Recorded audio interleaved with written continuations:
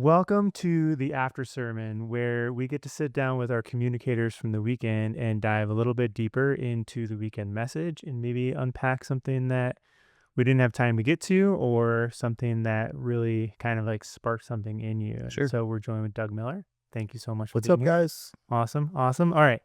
Jonah chapter 3. Yeah. We've arrived finally. What can you give us like a little bit of a recap as Mhm. to where we went? Mhm. So we find Jonah, as we pick up the story, being asked a second time to go and do what God had asked him to do all the way back in chapter 1, and this time he does it.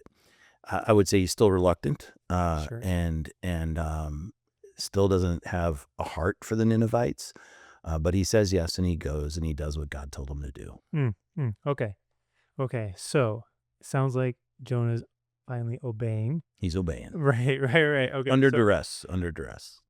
in culture today, obedience, I feel like it's a bad rap, Hmm. or maybe it's misunderstood. Mhm. Can you unpack that a little bit for us? Yeah. I think for myself and probably many in our culture today, we like to call our own shots. Mm, And we prefer to be the ones making the decisions about what we should or shouldn't or how we are going to respond or whatever. And so sometimes we can have, in my mind, a misunderstanding of what it means to be in control.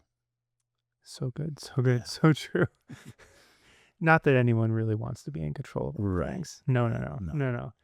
Okay, the other thing that you mentioned in the sermon that I really wanted to touch on because I felt like it sparked something in you was this idea of like the cancel culture we live in. Yeah.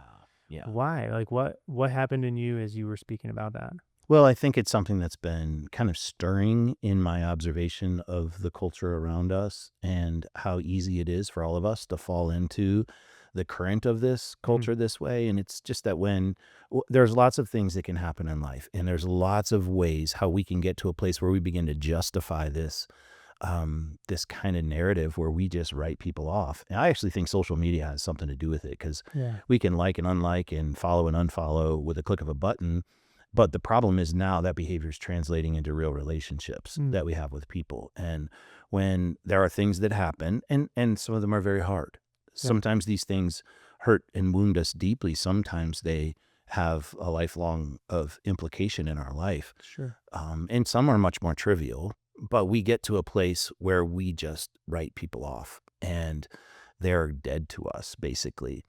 And when we see this beginning to take place in our relationships and our family dynamics, parents to kids, kids to parents, grandparenting, to grandkids, like Yeah. friends, neighbors, whatever, it just grieves me because it's so counterintuitive to the very way that God has called us to live our lives. He kept it real simple: love God and love your neighbor. And I'm just firm in my understanding that canceling people is not loving them. Mm. So the thing you said there, like this idea of like it becomes this undercurrent of our culture. Mhm. And so often we can get swept up in that Yeah. and not realize the other side of that canceling that, an individual chooses to do, Mhm. like the amount of shame that then is heaped on the other individual Mhm. or the person being Mhm. canceled. Mhm. And it got me thinking about this idea of like sometimes shame can, for in a strange way, become comfortable where we almost like stay in the shame Hmm. because it becomes this like the thing we know, the thing we're used to, the thing that Mhm. we're comfortable with. Mhm. And so could you talk to a little bit about this idea of like why God is so clear to call us out of our shame? Mhm. No condemnation, like there's nothing, like he is always pursuing us. Mhm. Talk to us a little bit about Mhm. that side of Jonah's story. Yeah. So we see all the way back to Genesis, right? When we do something that we know falls short of God's plan for our life, there's shame from the drop. This happened, and that's a strong emotion. And the enemy of our soul, Satan, knows how to use that in our lives. Hmm. But here's what I think is also true, and this is why God's clear communication is so important to us.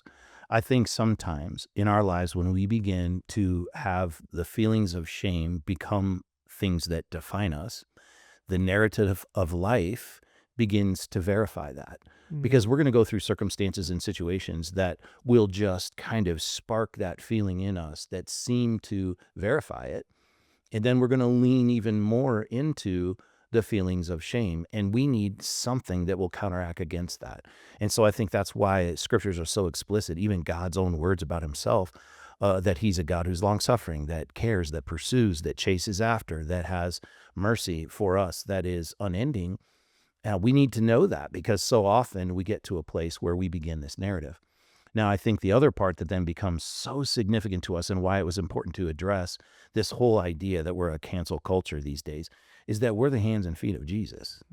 And Yes. that's what I was really trying to get. I wish I would have had more time to unpack it, which is kind of Absolutely. why we get a chance Yes, to I talk know. about it, No. which is awesome. But I oftentimes think if there was a response to our canceling that wasn't just canceling relationally, but canceled an opportunity for someone to really know this merciful God that we're talking about, this unfailing love of God, this chase and this pursuit of God. What if our canceling actually causes someone to cancel the opportunity to know this God that we're talking Oh, about? wow. And I think the stakes are really, really high. And we feel justified in whatever reason it is that we cancel somebody. But really, we forget to know and to see and to feel deeply that our canceling might be canceling an opportunity for someone to know Jesus. And I think we just need to ask ourselves this question: is that worth it? Wow. Is that worth Yeah. it? And will we one day be held accountable for the way that we've canceled someone, doing the direct opposite of what God said, love him and love others?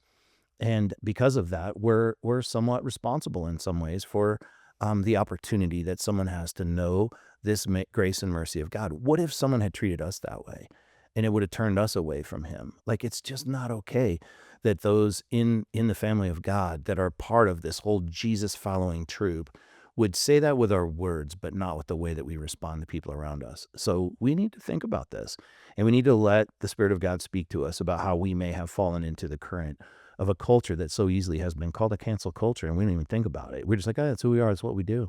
And that narrative is very much stands in opposition to the way God's called us to live. Well, I love that we get to do this and hear those insights. Thank you so much for taking the time out of your weekend to sit down with us and unpack that a little bit more. Of course. It was super awesome. If you haven't checked out the message already, please be sure to do so. It's on YouTube. It's on any podcasting platform where you get those. We would really appreciate it, and we encourage you to do that. And we'll see you next time. Thanks, Daniel. See you guys.